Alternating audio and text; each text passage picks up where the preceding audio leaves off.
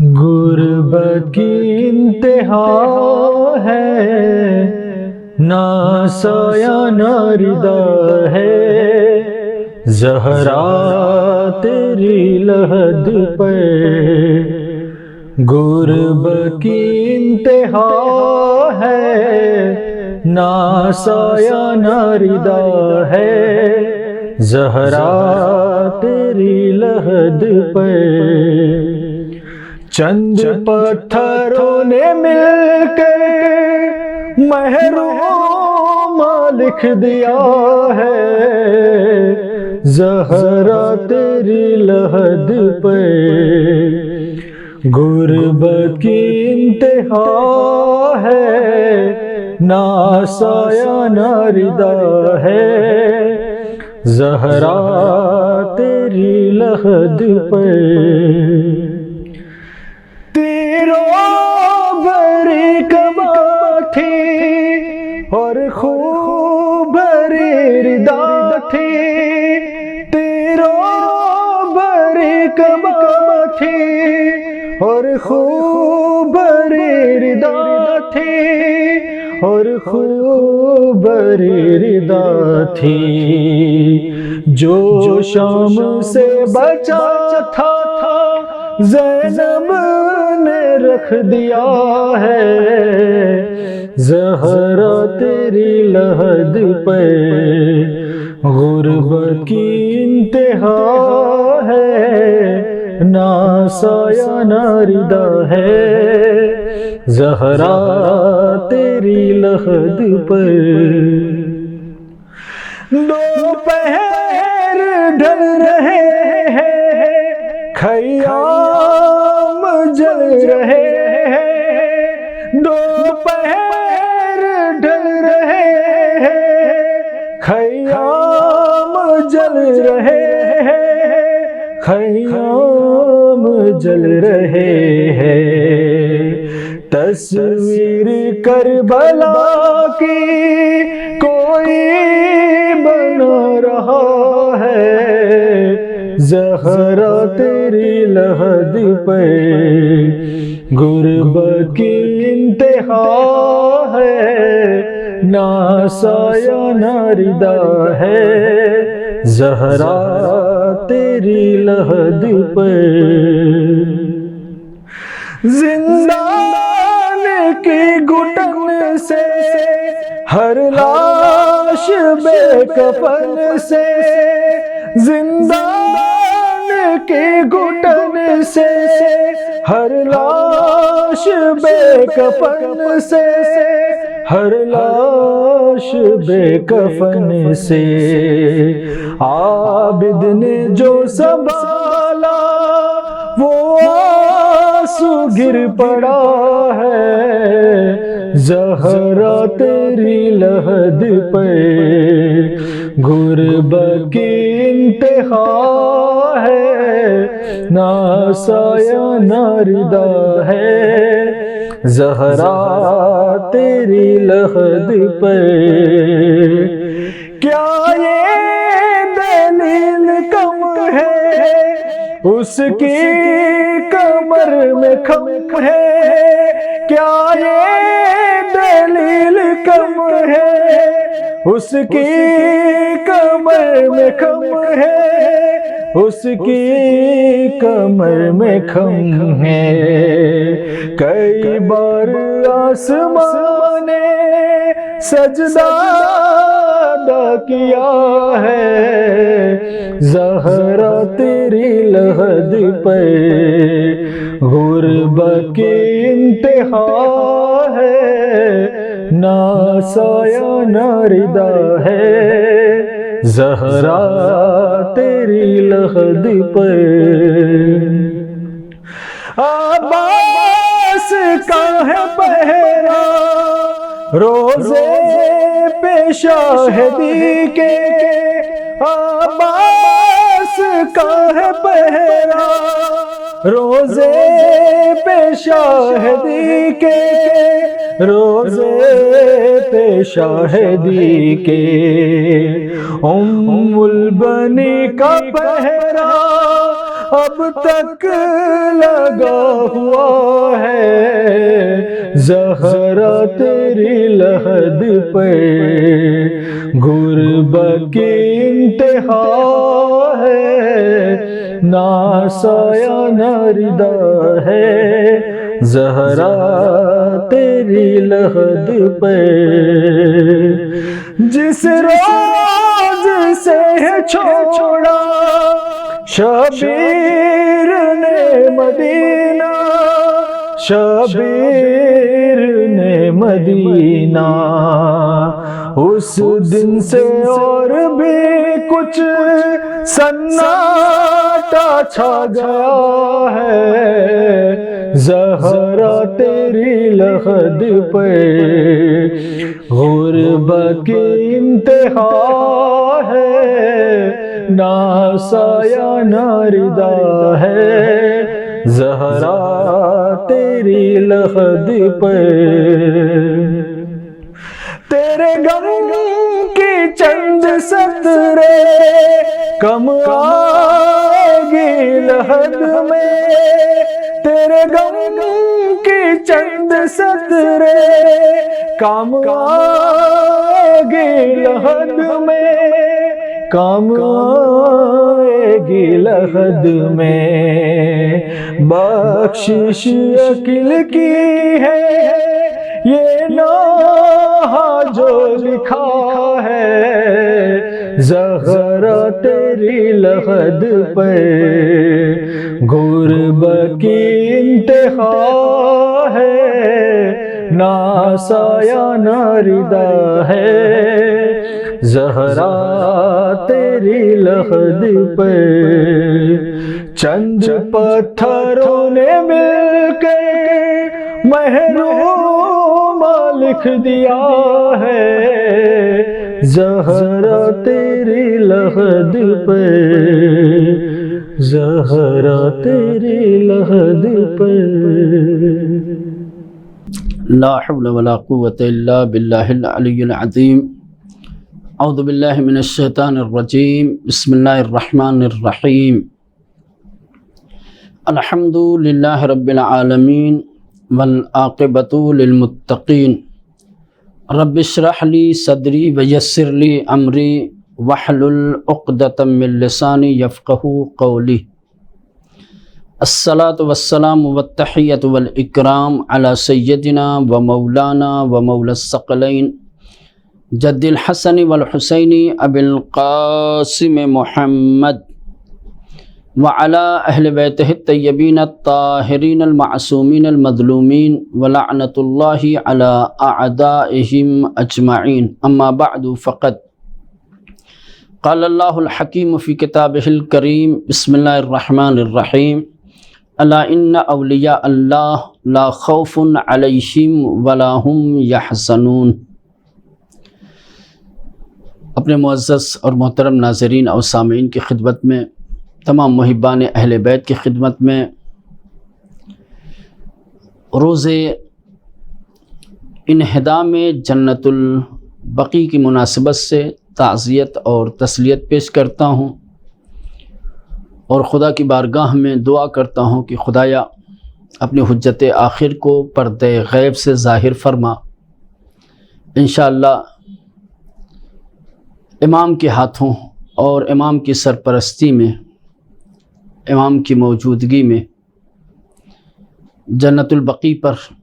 بنے ہوئے جن مزارات کو، جن روضوں کو منہدم کیا گیا ہے، انشاءاللہ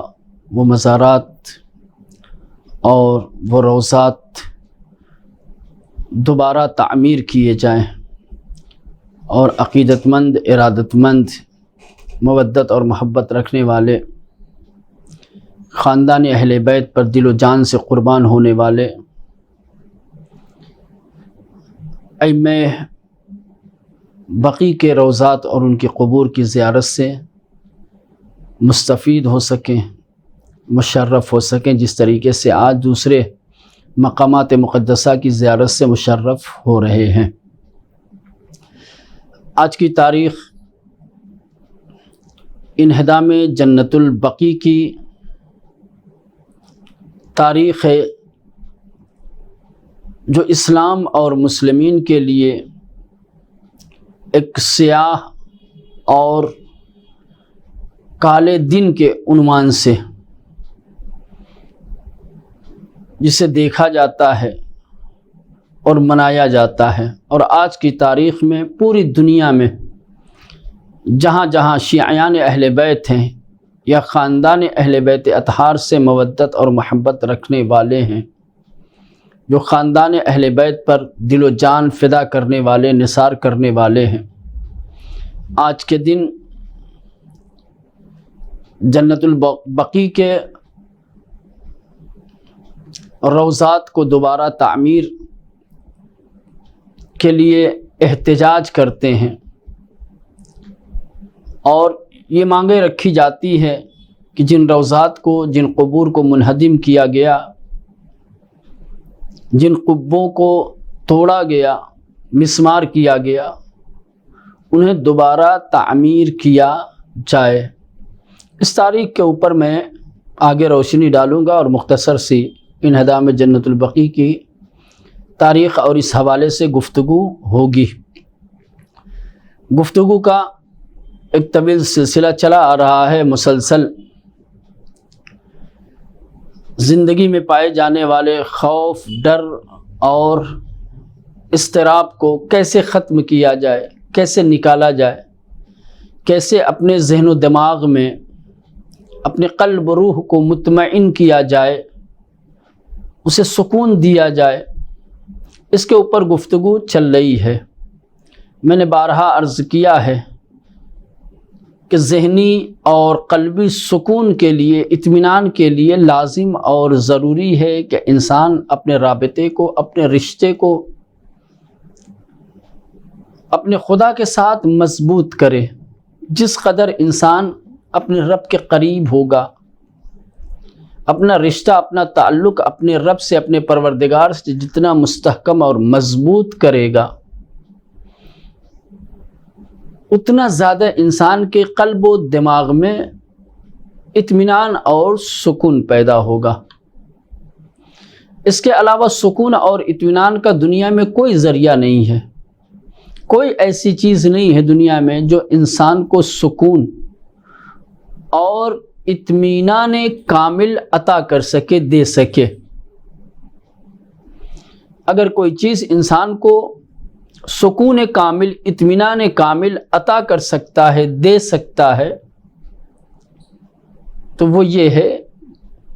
خدا کے ساتھ بہترین رابطہ، خدا کے ساتھ بہترین تعلق۔ انسان اپنے آپ کو ولی خدا بنائے۔ الا ان اولیاء اللہ لا خوف علیہم ولا هم یحزنون۔ ولی خدا بن جائے گا تو خوف و ہراس اللہ اس کے وجود سے دور کر دے گا، حزن و ملال اس کی زندگی میں نہیں ہوگا۔ قرآن مجید میں مختلف مقامات پر، مختلف آیتوں میں اس جملے کی تکرار ہوئی ہے۔ کئی جگہوں پر یہ جملہ آیا ہے، لا خوف علیہم ولا هم یحزنون۔ کل میں نے سورہ مبارکہ بقرہ کی ایک آیت کی تلاوت کی تھی، آیت نمبر 38، جس میں جناب آدم علیہ السلام کی داستان کو نقل کیا گیا، بیان کیا گیا کہ کس طریقے سے آدم و حوا سے جب نسیان ہوا، ترک اولا ہوا، تو اللہ نے انہیں زمین کی طرف بھیج دیا۔ نعمتوں والی زندگی سے، اطمینان والی اور سکون والی زندگی سے نکال کر کے اللہ نے مشکل بھری زندگی کی طرف بھیج دیا۔ بہشت اور جنت جو سکون، امنیت اور اطمینان کی جگہ ہے، جہاں ہر قسم کی نعمتوں کی فراوانی، جہاں کوئی دکھ نہیں، کوئی درد نہیں، کوئی بیماری نہیں، کوئی خسارہ نہیں، کوئی نقصان نہیں،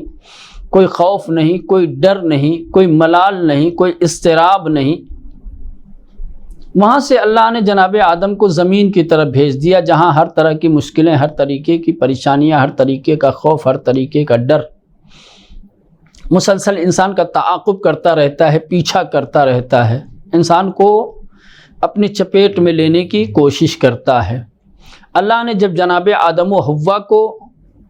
نعمتوں والی اور اطمینان والی زندگی سے نکال کر کے نعمتوں سے محرومی اور مشقتوں والی زندگی یعنی دنیا کی زندگی کی طرف یعنی روئے زمین کے اوپر جب بھیجا تو فرمایا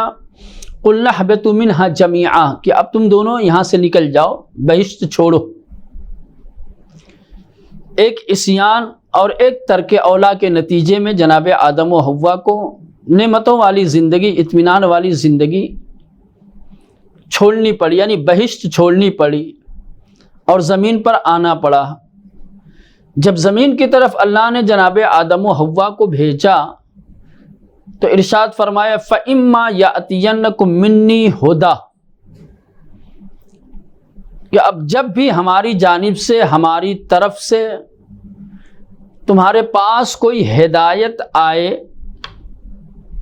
تو فَمَن تَبِعَ هُدَايَ تو جو شخص بھی ہماری بھیجی ہوئی ہدایت کا اتباع کرے گا، پیروی کرے گا، ہمارے ہدایت کے مطابق زندگی گزارے گا، فلا خوف علیہم ولا ہم یحزنون۔ یہاں اس آیے کریمہ میں اللہ نے خوف اور ڈر سے اور حزن و ملال سے محفوظ رہنے کے لیے یہ ایک راستہ بتایا، ایک طریقہ بتایا، اور وہ طریقہ ہے ہدایت پروردگار کی تابع داری، ہدایت پروردگار کی پابندی، ہدایت پروردگار پر عمل کرنا۔ یہ وہی ہے ہدایت پروردگار پر عمل، یہ انسان کو ولی بناتا ہے۔ اللہ یہ چاہتا ہے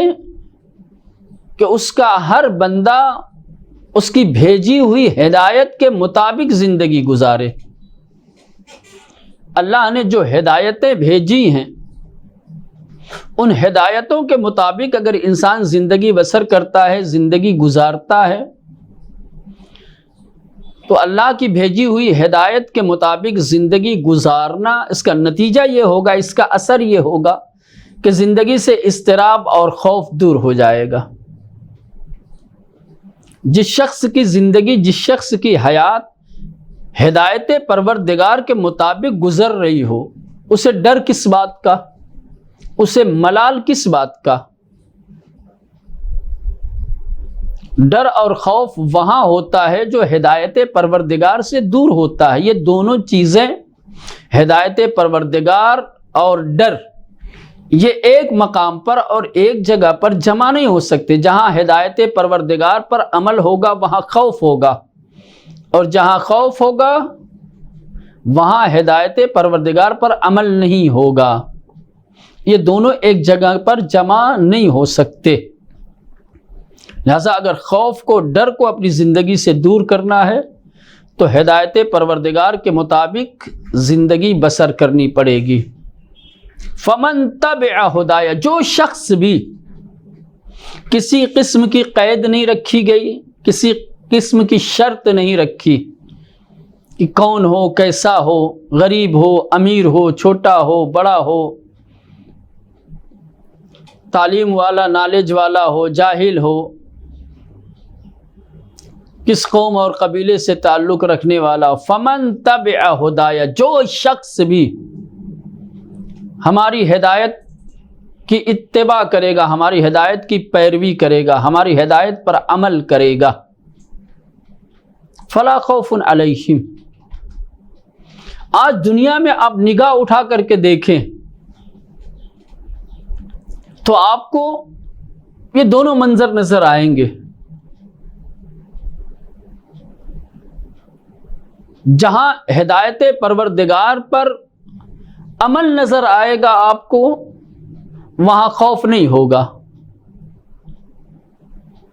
اور جہاں کہیں بھی خوف نظر آئے گا آپ کو، وہاں ہدایت پروردگار پر عمل نہیں ہوگا۔ ابھی موجودہ حالات میں اسرائیل اور فلسطین کی جنگ کو دیکھ لیجیے۔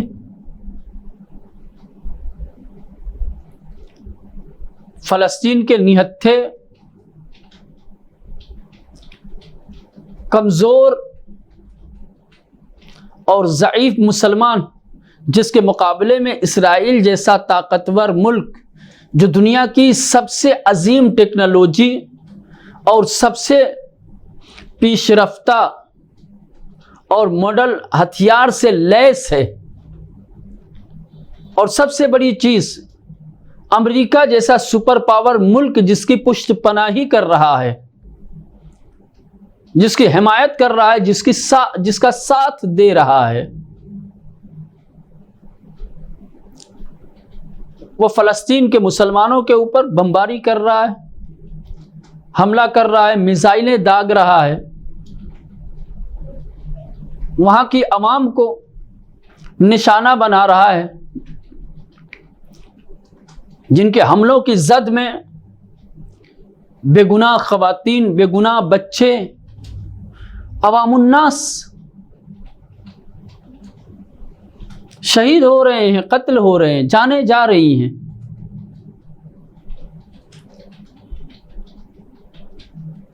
وہیں فلسطین کے مسلمان اپنے ملک کے دفاع کے لیے، بیت المقدس کی حفاظت کے لیے اسرائیل کی فوج کا مقابلہ کر رہے ہیں، ڈٹے ہوئے ہیں، مطمئن ہیں۔ اسرائیل کی طرف سے راکٹیں آ رہی ہیں، بم برسائے جا رہے ہیں، گولیاں چلائی جا رہی ہیں، حملے پہ حملہ کیا جا رہا ہے، لیکن اس کے باوجود بھی فلسطین کے مسلمان بیت المقدس کو چھوڑنے کے لیے تیار نہیں ہیں، اسرائیل کا ڈٹ کر کے مقابلہ کر رہے ہیں، اور انہی نہتھے فلسطین اور بیت المقدس کا دفاع کرنے والے جانثاروں کے جذبات کو دیکھ کر کے، ان کے حوصلوں کو دیکھ کر، ان کی دلیری کو دیکھ کر، ان کی شجاعت کو دیکھ کر کے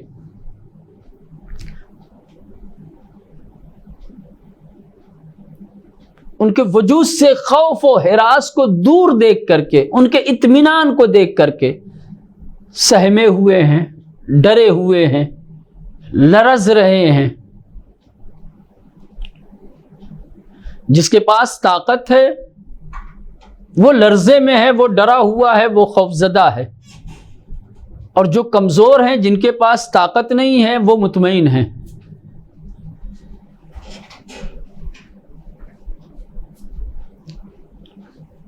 جو ظالم ہیں، جو حکمران ہیں، جن کے پاس ہر قسم کے ہتھیار ہیں، جن کے پاس ہر قسم کے پیش رفتہ وسائل ہیں، امریکہ جیسا ملک جن کی حمایت اور پشت پناہی کر رہا ہے، وہ لرز رہے ہیں، وہ کانپ رہے ہیں، وہ خوفزدہ ہیں۔ جن کے پاس اسلحہ نہیں، جن کے پاس فوج نہیں، جن کی کوئی حمایت کرنے والا نہیں ہے، جو مظلوم ہیں، وہ مطمئن ہیں۔ اضطراب کمزور مظلوموں کے اندر ہونا چاہیے تھا، خوفزدہ فلسطینیوں کو ہونا چاہیے، ڈر اور خوف فلسطین کے لوگوں کے اندر ہونا چاہیے، اطمینان تو یہودیوں کو، اسرائیلیوں کو ہونا چاہیے۔ لیکن منظر بالکل برعکس نظر آ رہا ہے۔ اس کی وجہ یہی ہے، فَمَن تَبِعَ هُدَايَ فَلَا خَوْفٌ عَلَيْهِمْ وَلَا هُمْ يَحْزَنُونَ، چونکہ ایک جانب ہدایت پروردگار پر عمل کرنے والے فلسطین کے مسلمان ہیں، دوسری طرف ہدایت پروردگار کو نظر انداز کر دینے والے، ہدایت پروردگار کو ٹھکرانے والے یہود ہیں۔ تو جہاں ہدایت پروردگار پر عمل ہے وہ قلت میں ہو کر کے، کمزور ہو کر بھی مطمئن ہے، اور جہاں ہدایت پروردگار پر عمل نہیں ہے وہ مضبوط اور مستحکم ہو کر کے بھی، اسلحے سے لیس ہو کر کے بھی خوف اور ہراس میں ہیں۔ اور یہیں سے چلتے ہیں انہدام جنت البقیع کی طرف بھی لے چلیں آپ کو، اور اس کی تاریخ کی طرف بھی اشارہ کر دیں۔ اسلامی ممالک میں سب سے مستحکم، سب سے مضبوط ملک اگر کسی ملک کو مانا جاتا ہے تو وہ سعودی عربیہ ہے۔ تمام اسلامی دیشوں میں، تمام اسلامی ممالک میں ہر اعتبار سے سب سے مضبوط اور سب سے مستحکم، سب سے پاور والا ملک سعودی عربیہ ہے۔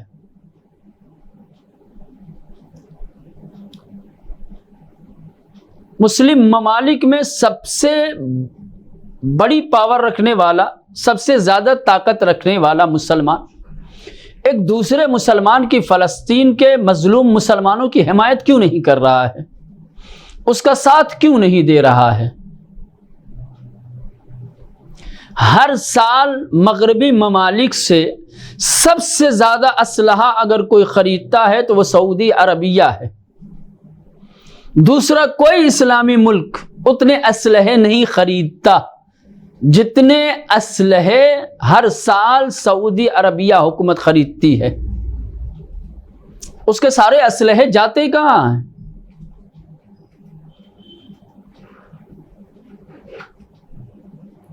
کس ملک پر اس نے حملہ کیا؟ کس کافر کو مارا اس نے؟ کس مشرک پر اس نے اٹیک کیا آج تک؟ یہ اسلحے برساتے بھی ہیں تو کلمہ پڑھنے والے مسلمانوں کے اوپر، کبھی یمن کے اوپر، کبھی مصر کے اوپر، کبھی دوسرے اسلامی ریاستوں کے اوپر۔ جو لوگ کمزور ہیں، جو لوگ مظلوم ہیں، بجائے یہ کہ سعودی عربیہ ان مظلوم اور ان کمزور مسلمانوں کی حمایت کرے، ان کا ساتھ دے، ان سے کاندھا سے کاندھا ملا کر کے دشمن سے مقابلہ کرے،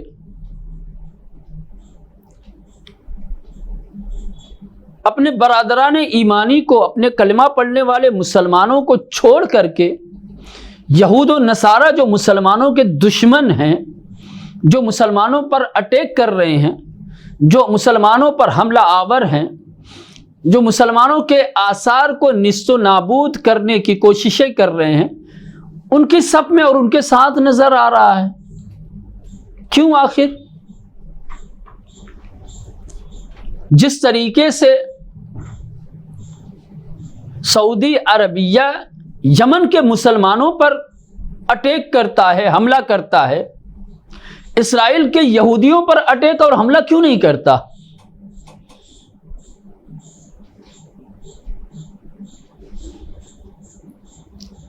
جس طریقے سے دوسرے مسلمانوں کے اوپر بربریت اور جارحیت کا اظہار کرتا ہے، دکھاتا ہے، اسرائیلیوں پر، یہودیوں پر وہ جارحیت، وہ بربریت کیوں نہیں دکھاتا؟ جو آنکھیں مسلمانوں کو دکھاتا ہے وہ آنکھیں کافروں کو کیوں نہیں دکھاتا؟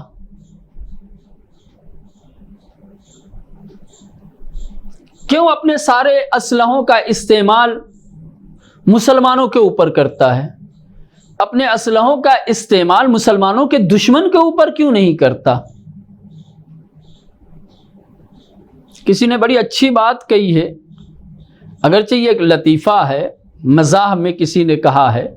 لیکن یہ بات حقیقت ہے۔ مزاح میں کہی گئی بات، ہنسی میں کہی گئی یہ بات واقعیت کو واضح کر رہی ہے، ان کی حقیقت کو اجاگر اور بیان کر رہی ہے۔ کسی نے وہاں کے شیخ سے پوچھا، شیخ جی اسرائیلیوں پر اور اسرائیل کے یہودیوں پر ہم حملہ کب کریں گے؟ تو شیخ جی نے جواب دیا، جب وہ مسلمان ہو جائیں گے۔ تو ان کی ساری طاقت، ان کے سارے اسلحے، ان کا سارا زور مسلمانوں پہ چلتا ہے، لیکن جب یہ کافروں اور مشرکوں کے مقابلے میں آ جاتے ہیں تو ان پر ایسا خوف اور ایسا ہراس طاری ہو جاتا ہے کہ ان کے قدموں پہ اپنا سر رکھنے کے لیے تیار ہو جاتے ہیں، ان کی ہر قسم کی مانگ کو تسلیم کرنے کے لیے اور ماننے کے لیے تیار ہو جاتے ہیں۔ اس کی ایک زندہ مثال ترکیہ ہے کہ وہاں کے صدر کو رجب طیب اردگان، جس نے یہ ابتدائی دور میں جس وقت اسرائیل نے حملہ کیا ہے تو ہیرو بننے کے لیے سب سے پہلے اسلامی ممالک کا جو چہرہ سامنے آیا ہے وہ یہی ترکیہ کا صدر اعظم ہے، جس نے آتے ہی اسرائیل کے خلاف بغاوت کا اعلان کر دیا۔ اعلان تو کر دیا لیکن حمایت کی اور فلسطینیوں کے ساتھ دینے کی کوئی تصویر نظر نہیں آئی۔ یہ وہی لوگ ہیں سب سے پہلے اسرائیل کی غاصبانہ حکومت کو جس نے تسلیم کیا، یہ وہی ترکیہ والے ہیں۔ تجارتی معاہدے ان کے ساتھ یہ کرتے ہیں، سیاسی معاہدے ان کے ساتھ یہ کرتے ہیں، ان کے ساتھ اٹھنا بیٹھنا ملنا جلنا ان کا ہے، اندر اندر آپس میں ملے ہوئے ہیں، اندر سے مل کر کے ان کی نگاہوں میں معتبر بنتے ہیں اور ظاہر اور سامنے آ کر کے ان کی مخالفت کر کے مسلمانوں کی نگاہ میں ہیرو بننے کی کوشش کرتے ہیں، منافقانہ چال چلتے ہیں۔ یہی حال سعودی عربیہ کا ہے، بظاہر کبھی کبھی وہ بھی، اور میرے خیال سے کبھی کبھی اگر سعودی عربیہ فلسطینیوں کی حمایت کے لیے آواز بھی اٹھاتا ہے، اسرائیل کے خلاف اگر کبھی زبان بھی کھولتا ہے تو دنیا کے مسلمانوں کی لعنت و ملامت سے بچنے کے لیے، کیونکہ دنیا کے سارے مسلمان دیکھ رہے ہیں، اس حقیقت کو سمجھ رہے ہیں کہ کس طریقے سے سعودی عربیہ جو فلسطین کے مسلمانوں کی مظلوموں کی حمایت کر سکتا ہے، ان کا ساتھ دے کر کے انہیں بچا سکتا ہے، بیت المقدس کو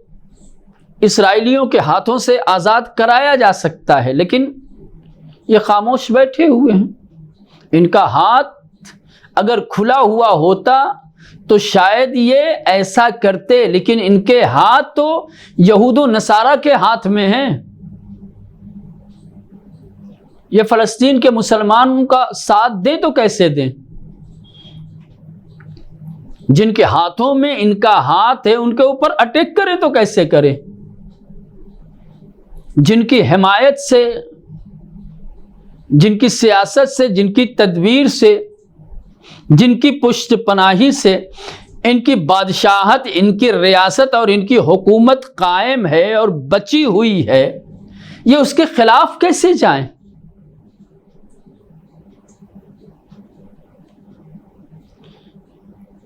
آل سعود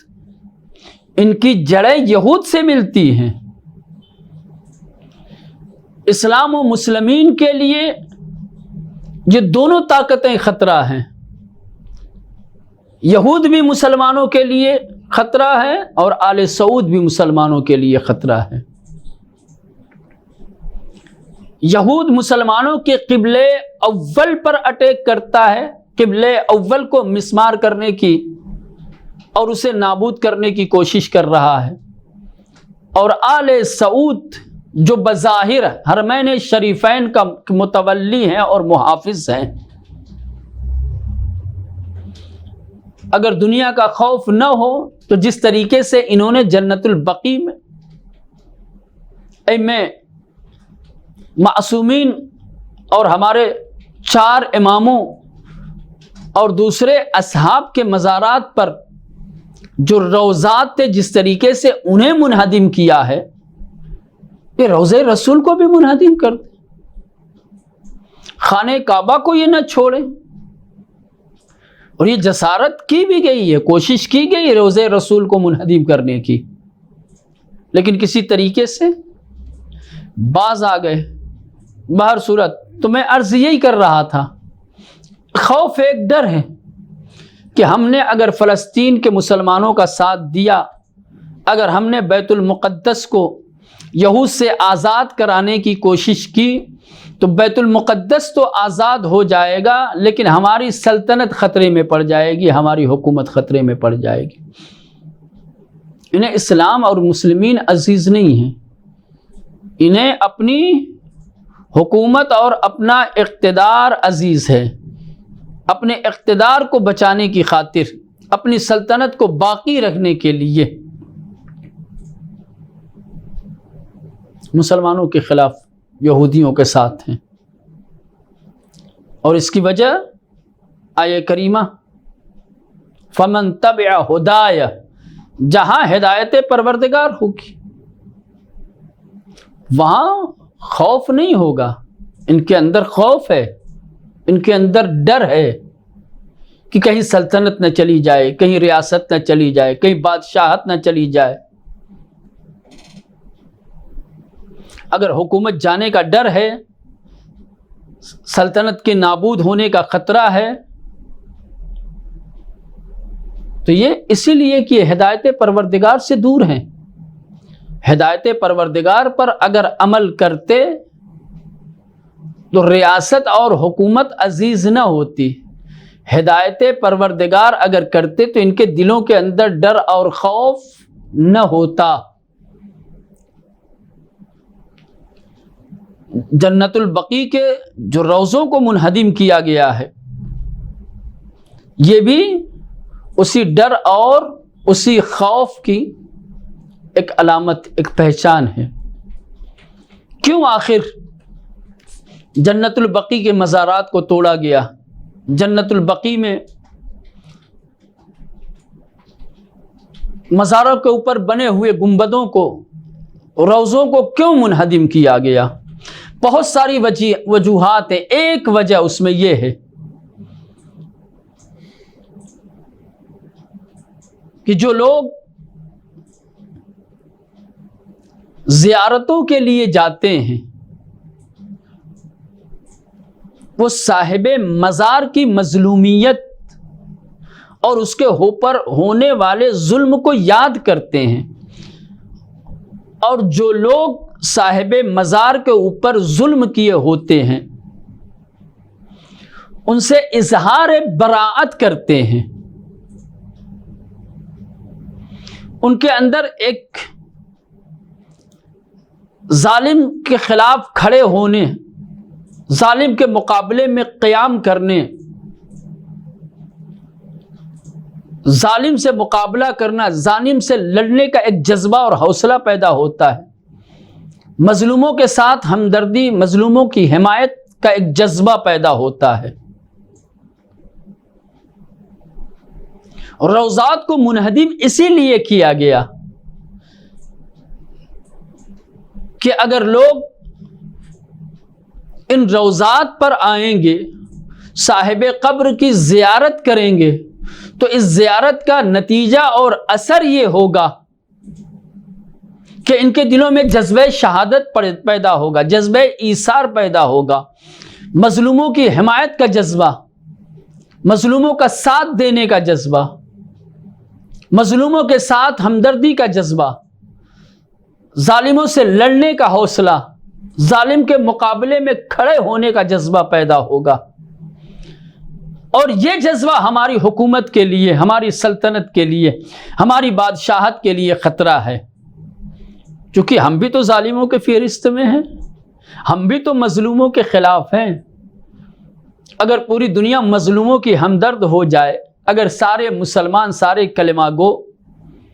مظلوموں کے ساتھی ہو جائیں، مظلوموں کے حمایتی ہو جائیں، مظلوموں کے ہمدرد ہو جائیں، ظالموں کے خلاف ہو جائیں، ظالموں کے خلاف بغاوت کرنے والے ہو جائیں، تو ہماری حکومتیں کب بچنے والی ہیں؟ ہماری ریاستیں کب بچنے والی ہیں؟ اگر ہمیں اپنی حکومت مضبوط کرنی ہے، اپنی ریاست بچانی ہے، اپنی بادشاہت کو محفوظ رکھنا ہے، تو اس کا ایک راستہ یہ ہے کہ مزارات کو منہدم کر دیا جائے، زیارتوں پر پابندیاں عائد کر دی جائیں۔ جو لوگ مزارات پر آ کر کے اس طریقے کے جذبات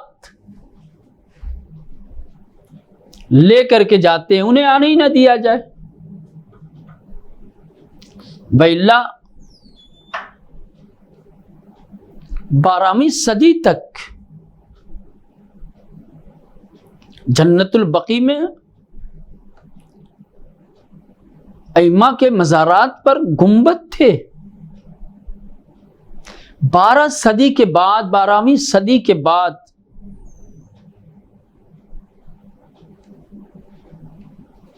(1344 ہجری میں آل سعود نے کیوں گرایا؟ ابن تیمیہ نے کیوں آخر مزاروں کے اوپر بنے ہوئے گنبدوں کو اور عمارتوں کو مسمار کرنے اور انہیں منہدم کرنے کا حکم دیا؟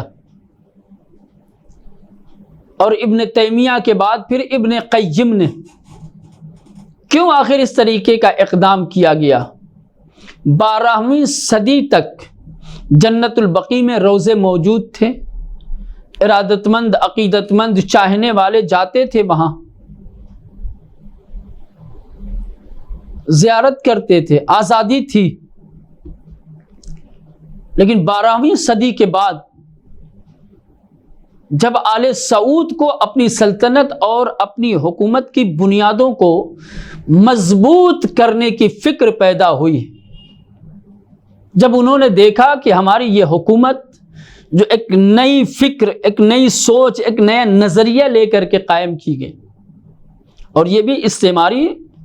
طاقتوں کی ایک سازش تھی مسلمانوں کے اندر رخنا ڈالنے کے لیے، اور ایک وہابیت کے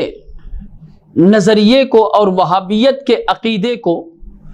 صحیح قرار دینے اور دوسرے تمام اسلامی فرقوں کو کافر اور مشرک قرار دے کر کے تمام مسلمانوں کے خون کو مباح بتانے کی کوشش اس لیے کی گئی تاکہ مسلمانوں کے درمیان رخنا پیدا ہو سکے، مسلمان آپس میں ہمیشہ درگیر رہیں، مسلمان ہمیشہ آپس میں ہی لڑتے رہیں اور ہم ان کے اختلاف سے فائدہ اٹھاتے رہیں. اور آج دیکھ رہی ہے دنیا، تماشا دیکھ رہی ہے کہ کس طریقے سے اسلامی ممالک آپس میں الجھے ہوئے ہیں، کس طریقے سے ہمارے درمیان عقیدتی جنگ، مذہبی جنگ ہم کر رہے ہیں، اور ہماری عقیدتی اور مذہبی جنگ کا فائدہ استعماری طاقتیں اٹھا رہی ہیں. جتنے بھی اسلامی ممالک بظاہر نظر آ رہے ہیں، ان اسلامی ممالک پر بھی حقیقی قبضہ انہی استعماری طاقتوں کا ہے. کرسیوں پر، تخت پر بیٹھے ہوئے جو چہرے دکھ رہے ہیں، یہ مسلمان چہرے نہیں ہیں، یہ خود سے نہیں بیٹھے ہوئے، انہیں بیٹھایا گیا ہے، ان کی پشت پناہی کی جاتی ہے، اور جن لوگوں نے انہیں بیٹھایا ہے اور جن لوگوں نے ان کی حمایت کی ہے، یہ بھی ان کی حمایت کرتے ہیں، یہ بھی ان کا ساتھ دے رہے ہیں. بہرصورت گفتگو کو تمام کیا جائے تو جنت البقیع کے تمام روضات کو 1344 ہجری میں ابن تیمیہ کے فتوے، ابن قیم کے فتوے کے مطابق مسمار کر دیا گیا.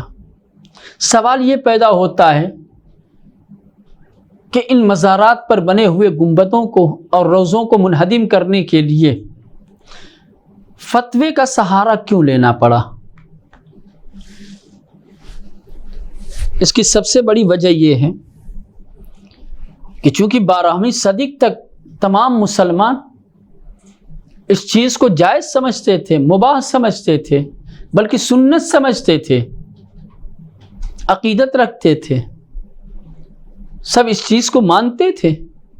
کہ بزرگوں کے مزارات پر روضے ہونے چاہیے.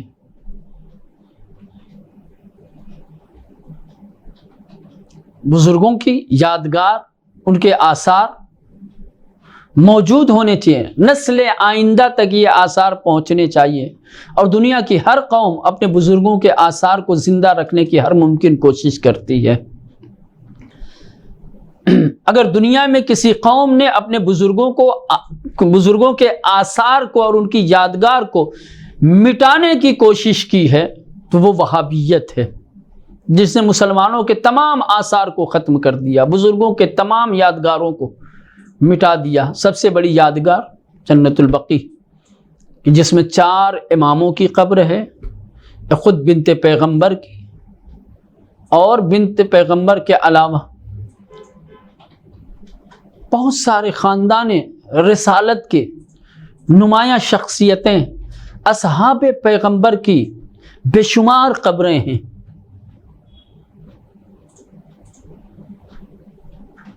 چونکہ ان کے پاس کوئی جواز نہیں تھا مسلمانوں کی زبانیں بند کرنے کے لیے اور روضات کو منہدم کا جواز پیش کرنے کے لیے فتویٰ دکھایا گیا۔ جس طریقے سے قتل امام حسین علیہ السلام کے لیے کوفہ شام کے لوگ راضی نہیں تھے کہ فرزند رسول کے قتل کیا جائے، ہم ان کے مقابلے میں جائیں اور انہیں قتل کریں، ان کے ناحق خون سے ہم اپنے ہاتھوں کو آلود کریں، کوئی تیار نہیں تھا۔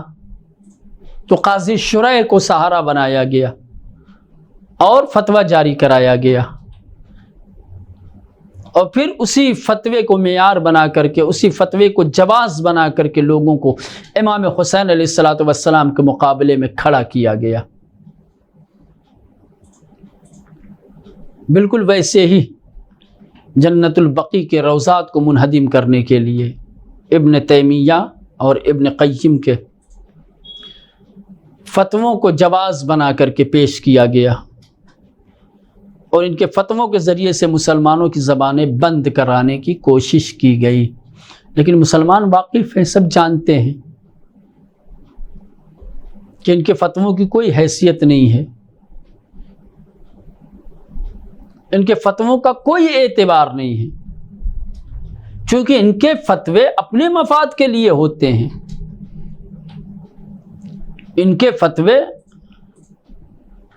خدا اور رسول کے فرمان کے مطابق نہیں ہوتے ہیں۔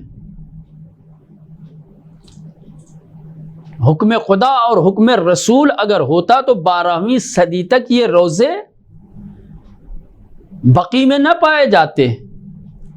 کیا 12ویں صدی تک مسلمانوں میں کوئی ایسا عالم پیدا نہیں ہوا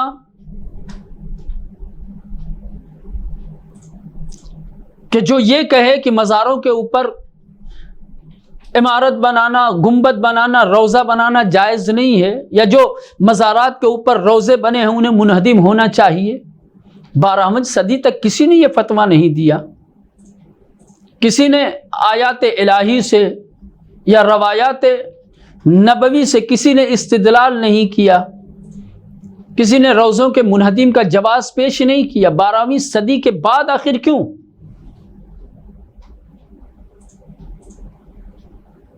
ان کا اپنا فتویٰ، ان کا اپنا نظریہ، انہیں اپنی اقتدار، اپنی حکومت مضبوط کرنی تھی، انہیں اپنی حکومت، خاندان اہل بیت سے انہیں دشمنی، آل رسول کا بغض ان کے دلوں میں ہے۔ جو بغض و کینہ، جو دشمنی اور جو عداوت نبی اور آل نبی سے یہود و نصارہ کے دلوں میں ہے، وہی بغض، وہی عداوت، وہی دشمنی نبی اور آل نبی سے آل سعود کے دلوں میں پائی جاتی ہے۔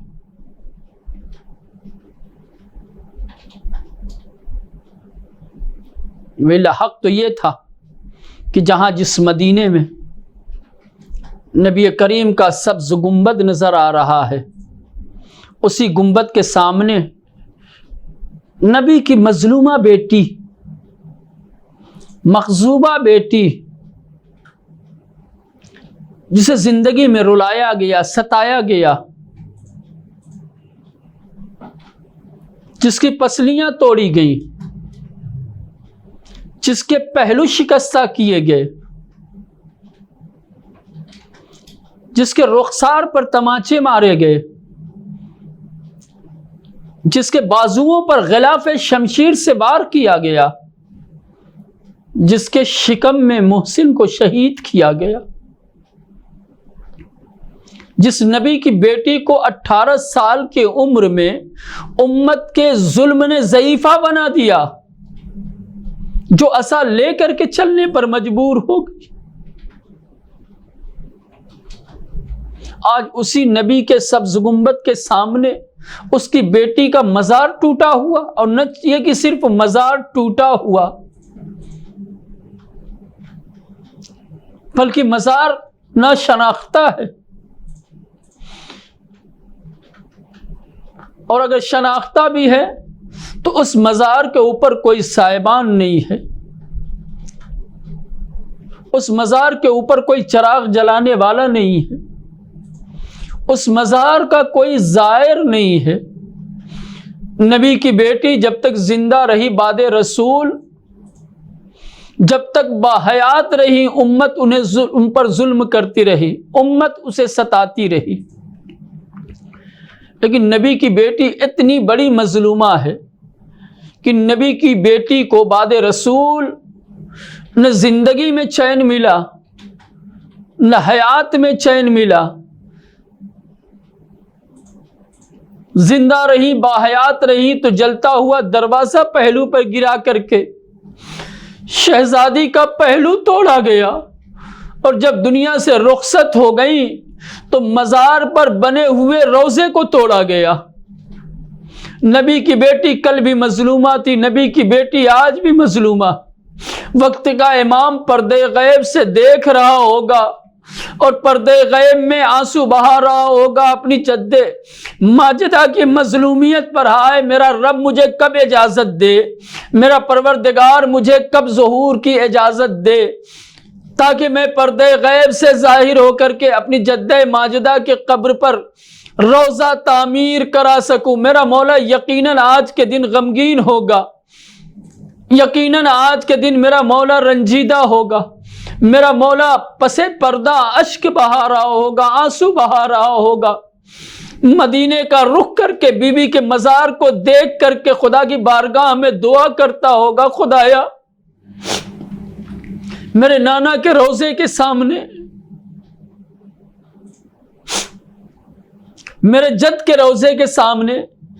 میرے جدہ کا مزار ٹوٹا ہوا ہے، جہاں میرے جد امجد کے روضے پر ہزاروں اور لاکھوں زائروں کی بھیڑ ہے، وہیں میری جدہ کا مزار زائر سے خالی ہے۔ جہاں ایک طرف میرے جد امجد کے روضے پر ہر طرف چراغانی ہے، ہر طرف روشنی ہے، ہر طرف اجالا ہے، وہیں میری جدہ کی قبر بے چراغ پڑی ہے، اندھیرے میں ہے، کوئی چراغ جلانے والا نہیں ہے۔ اللہ اکبر، مجلس کو تمام کیا جائے۔ ہاں عزیزو، ہم بھی اپنے یہاں سے امام کے حب زبان ہو کر کے، امام کے غم میں شریک ہو کر کے، ہم بھی اپنے اپنی جگہوں سے، اپنے اپنے مقامات سے، جہاں جہاں اہل بیت کے چاہنے والے ہیں، وہ اپنے گھروں میں رہ کر کے دعا کریں کہ خدا امام زمانہ کا ظہور جلد از جلد فرمائے، تاکہ امام اپنے ہاتھوں سے آ کر کے اپنی جد ماجدہ کے مزار پر عالی شان روضہ تعمیر کر سکے۔ سعودی حکومت کے خاتمے اور ان کی نابودی کے ساتھ ساتھ یہود و نصارہ کے خاتمے کی بھی دعا کریں۔ خدایا ہماری ان دعاؤں کو مستجاب فرما۔ ہاں عزیزو، یقیناً آج کربلا معلیٰ میں میرا مولا حسین بھی سوگوار ہوگا کہ میری مظلومیت اور میری غربت کے باوجود آج میرے روضے پر میرے ہزاروں چاہنے والے، ہزاروں عقیدت مند دور دراز کی مسافتیں طے کر کے میری زیارت کے لیے آئے ہوئے ہیں، لیکن جس ماں نے مجھے چکیاں چلا کر کے، چکیاں پیس کر کے پالا تھا، جس ماں نے مجھے اپنی آغوش میں پروان چڑھایا تھا، آج میری ماں کا مزار سونا ہے۔ عجب نہیں آج کے دن علی مرتضیٰ نجف چھوڑ کر مدینے آتے ہوں، مزار زہرا پر بیٹھ کے اسی طریقے سے جس طریقے سے دفن کے دن اشک بہا رہے تھے، آج کے دن بھی اشک بہا رہے ہوں۔ آج کے دن میرا مولا حسین کربلا چھوڑ کر مدینہ آیا ہوگا، اپنی ماں کی ٹوٹی ہوئی قبر کو اپنی آغوش میں لے کر کے بین کر رہا ہوگا، مادر گرامی کل شہادت کے وقت آپ نے مجھے اپنی آغوش میں لیا تھا، میں آپ کی مزار چھوڑ کر کے آپ کی قبر سے رخصت ہو کر کے کربلا ضرور گیا، لیکن آج کے دن آپ کی قبر چھوڑ کر کے وَسَيَعْلَمُ الَّذِينَ ظَلَمُوا أَيُّ مُنقَلَبٍ يَنقَلِبُونَ اِنَّا لِلَّهِ وَإِنَّا إِلَيْهِ رَاجِعُونَ لِذَنبِ قَضَائِهِ وَتَسْلِيمًا لِأَمْرِهِ إِلَٰهِ بِحَقِّ الزَّهْرَىٰ وَأَبِيهَا وَبَعْلِهَا وَبَنِيهَا والسر المستودع فيها، الہی بحق محمد وآل محمد اس ذکر خیر کو، اس عبادت کو اپنی بارگاہ میں قبول فرما، ہماری تمام خطاؤں لغزشوں کو معاف فرما، ہمارے والدین کی، ہمارے تمام مرحومین کی بخشش فرما، الہی بحق محمد وآل محمد اسلام و مسلمین کو سرفرازی اور سربلندی عنایت فرما، اسلام اور مسلمین کے جو دشمن ہیں، مکتب اہل بیت کے جو مخالف ہیں، پروردگارہ اگر قابل ہدایت نہیں ہیں انہیں نیست و نابود فرما، پروردگارہ تیری بارگاہ میں دعا ہے فلسطین کے مظلومین اور مسلمین کی حمایت فرما، غیب سے ان کی نصرت و مدد فرما، اسرائیل اور اسرائیل کے جو ہمنما ہیں، جو ان کے حمایتی ہیں، امریکہ اور دوسری وہ تمام طاقتیں جو اسرائیل کے ساتھ کھڑی ہیں، پروردگارہ ان سب کو جڑ سے نیست و نابود فرما، پروردگارہ بحق محمد وآل محمد، پروردگارہ بیت المقدس کی آزادی کے ساتھ ساتھ حرمین شریفین اور جنت البقیع کو آل سعود کے ہاتھوں سے آزاد فرما، الہی بحق محمد وآل محمد ہم سب کو قرآن و اہل بیت اطہار علیہ السلام کی اطاعت اور پیروی کی توفیق عنایت فرما، پروردگارہ ہماری زندگی میں اطمینان سکون عنایت فرما، ہمارے وجود سے ہر قسم کے خوف و ہراس کو، ڈر اور خوف کو دور فرما، پروردگارہ ہم سب کو صحت و سلامتی کے ساتھ تمام جسمانی اور روحانی امراض و بیماریوں سے محفوظ فرما، پروردگارہ مریضان اسلام ہماری بستی میں جو بیمار و مریض ہیں ان سب کو شفاء عاجلہ اور صحت کاملہ عنایت فرما، پروردگارہ دنیا اور آخرت دونوں جہان کی تمام خیر و خوبیاں ہمیں نصیب فرما، پروردگارہ اپنی حجت آخر کو پردے غیب سے ظاہر فرما، امام کے ظہور میں تعجیل فرما، جنت البقیع میں دوبارہ امام کے ہاتھوں سے روضات کی تعمیر فرما، پروردگارہ ہم سب کو اپنے حجت آخر کے مخلص اور چاہنے والے جانثاروں میں اور ان کے غلاموں میں شمار فرما، ربنا تقبل منا انک انت السمیع العلیم برحمتک یا ارحم الراحمین۔ اے منتقم کب آؤ گے، اے منتظر کب آؤ گے، اے منتقم کب آؤ گے، اے منتظر کب آؤ گے، ابن الحسن کو جائی خدا کنا کے بنائی، ابن الحسن کہاں ہو، زہرا کی اندھیری تربت پہ کب شمع جلانے آؤ گے، زہرا کی اندھیری تربت پہ کب شمع جلانے آؤ گے، ٹوٹی ہوئی قبروں کو مولا، ٹوٹی ہوئی قبروں کو مولا کس روز بنانے آؤ گے، اے منتقم کب آؤ گے، اے منتظر کب آؤ گے، زہرا کی اندھیری تربت پہ کب شمع جلانے آؤ گے، زہرا کی اندھیری تربت پہ کب شمع جلانے، بے شیر کی ننھی میت کو تربت سے نکالا تھا جس نے، یا مہدی یا مہدی کب اس کے لاشے کو مولا، کب اس کے لاشے کو مولا نیزے پہ اٹھانے آؤ گے، اے منتقم کب آؤ گے، اے منتظر کب آؤ گے، زہرا کی اندھیری تربت پہ کب شمع جلانے آؤ گے، زہرا کی اندھیری تربت پہ کب شمع جلانے آؤ گے۔ ہے 4 برس کی ایک زہرا زندان میں صدیوں سے قیدی، یا مہدی یا مہدی کب بیت الحزن سے تم اس کو،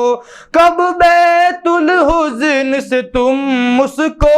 آزاد کرانے آؤ گے، اے منتقم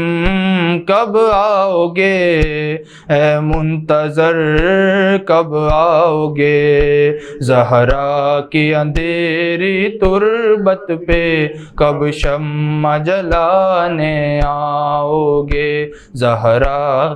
تیری تربت پہ کب شمع جلانے آؤ گے۔ ڈھایا گیا روضہ دادی کا، دیکھا ہے اجڑتا سامرا، یا مہدی یا مہدی جو داغ ملے ہے غیبت میں، جو داغ ملے ہے غیبت میں کم ان کو دکھانے آؤ گے، اے منتقم کب آؤ گے، اے منتظر کب آؤ گے، زہرا کی اندھیری تربت پہ کب شمع جلانے آؤ گے، زہرا کی اندھیری تربت پہ کب شمع جلانے آؤ گے۔ وہ شام اور کوفہ کے رستے وہ ناکوں سے گرتے بچے، یا مہدی یا مہدی ہے کون کہاں پر دفن ہوا، ہے کون کہاں پر دفن ہوا، کب نام بتانے آؤ گے، اے منتقم کب آؤ گے، اے منتظر کب آؤ گے، زہرا کی اندھیری تربت پہ کب شمع جلانے آؤ گے، زہرا کی اندھیری تربت پہ کب شمع جلانے آؤ گے۔ بیٹوں کے جنازوں پر اکبر اکبر کے لیے جو روتی ہے، یا مہدی یا مہدی کب اجڑی ہوئی ان ماؤں کو، کب اجڑی ہوئی ان ماؤں کو انصاف دلانے آؤ گے، اے منتقم کب آؤ گے، اے منتظر کب آؤ گے، زہرا کی اندھیری تربت پہ کب شمع جلانے آؤ گے، زہرا کی اندھیری تربت پہ کب شمع جلانے آؤ گے۔